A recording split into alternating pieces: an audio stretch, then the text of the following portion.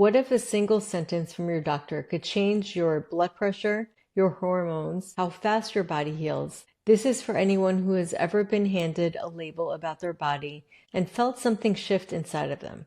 Because the science here is real, and it's stunning. The words we are told and the words we tell ourselves land in our body in measurable ways. I'm going to walk you through what research actually shows, why it matters so much on the fertility path, and how you can work with it instead of against it. Stay with me.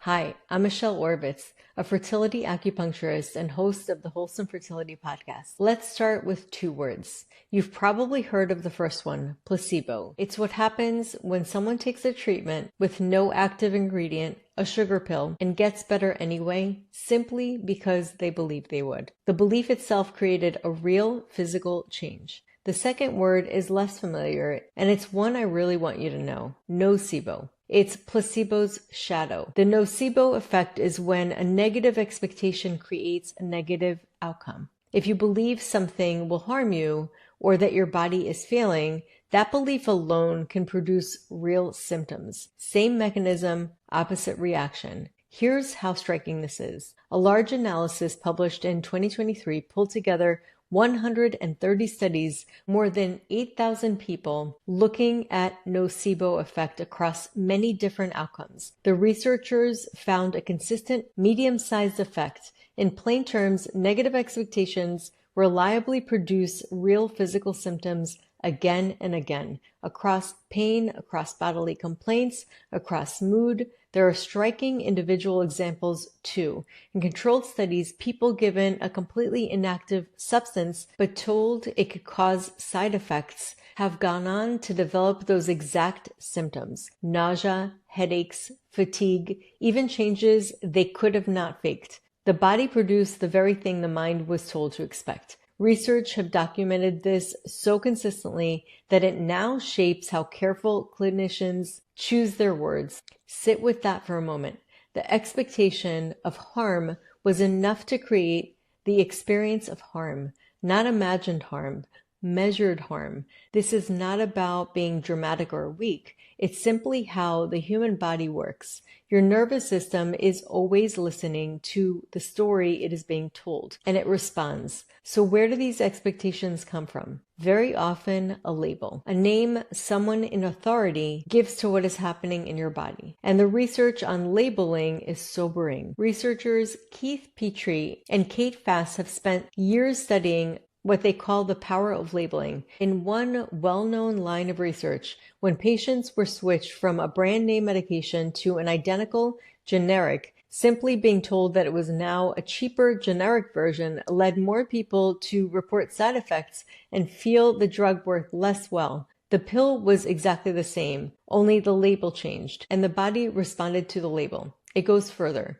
There's a documented pattern in medicine where giving someone a diagnosis without clear physical findings can actually worsen how they feel and function. The act of being named as sick on its own can shape the course of the illness. Doctors who study the nocebo effect now warn each other about this directly, because the words spoken in a consultation room are not neutral. They are an intervention. Now here is the other side, the hopeful side, and it is one of my favorite studies in all of this. In 2007, Harvard researchers Aaliyah Krum and Ellen Langer studied 84 hotel room attendants. These women were on their feet all day, cleaning rooms, easily meeting the recommended amount of daily exercise. But most of them did not see their work as exercise. The researchers told one group a simple truth that they've been missing, that their daily work absolutely counted as exercise and was good for them.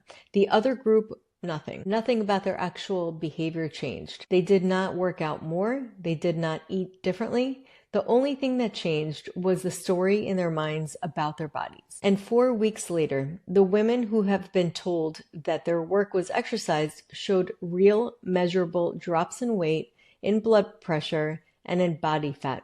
A shift in belief alone produced a shift in the body. Think about what that means, held next to the nocebo research. A negative label can make a body feel worse, and a truer, kinder understanding can help a body function better. The body is not separate from the meaning we give it. It is listening the whole time. Now let's bring this home, because if you're trying to conceive, you've probably been handed a lot of labels: diminished ovarian reserve, advanced maternal age, poor responder, unexplained infertility, hostile uterus, which has to be one of the most damaging phrases ever attached to a woman's body.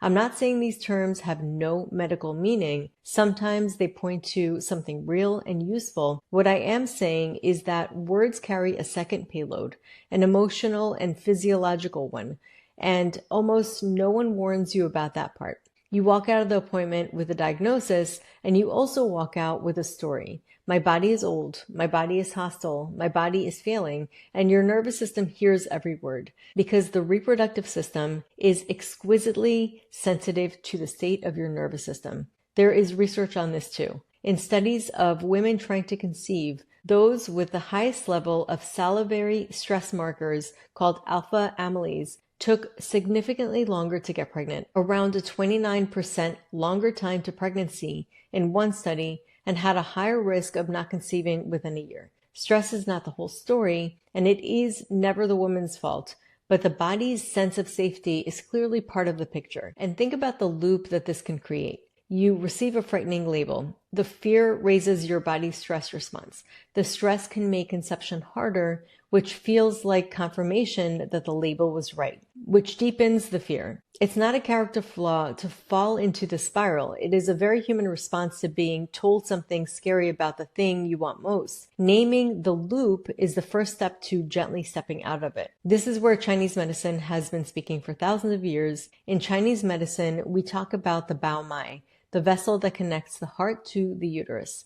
The heart in this tradition houses the spirit, the Shen, and the teaching is simple and profound. When the heart is calm and at peace, the message travels down the Bao Mai to the uterus. The uterus can do its work. When the heart is in distress, when the spirit is agitated by fear or grief, this channel is disturbed and the woman feels it. So when a label fills your heart with fear, this is not just an emotional event.